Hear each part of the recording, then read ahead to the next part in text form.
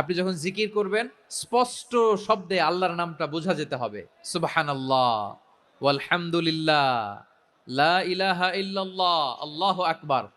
একসাথে মিলিয়ে করেন অথবা আলাদা আলাদা করেন, অথবা শুধু আল্লাহ আল্লাহ এই নামের জিকিরও যদি করেন স্পষ্ট বোঝা যাইতে হবে। আল্লাহর নামের বিকৃতি করা যাবে, কিন্তু আল্লাহর নামের বিকৃতি করে জিকির এ দেশে আছে না নাই? আছে। দেখবেন জিকিরের মধ্যে হুই হুই হুই হুই হুই এরকম করতেছে, আছে না নাই? সবাই মিলে লাফাচ্ছে, দফাচ্ছে, মাথা ঝুলাচ্ছে, আর কি কি যেন বলে, ওইটার মধ্যে আমি আল্লাহর নাম খুঁজে পাই না, এরকম আছে না নাই? হ্যাঁ, হই হই করে কিম্ভূত কিমাকার অদ্ভুত আওয়াজ করে তারা জিকির করে, সেখানে আল্লাহর নাম নাই। এই জিকির আল্লাহর কাছে গ্রহণযোগ্য হবে? আল্লাহ বলেন ওয়াজারুল্লাযীনা ইউলহিদুনা ফি আসমাইহি, খবরদার আমার নামের যারা বিকৃতি ঘটায় তাদেরকে তোমরা বর্জন করো। এজন্য জিকির যখন করব সুস্পষ্টভাবে আল্লাহ তাআলার নাম সেখানে থাকতে হবে, ঠিক কিনা বলেন?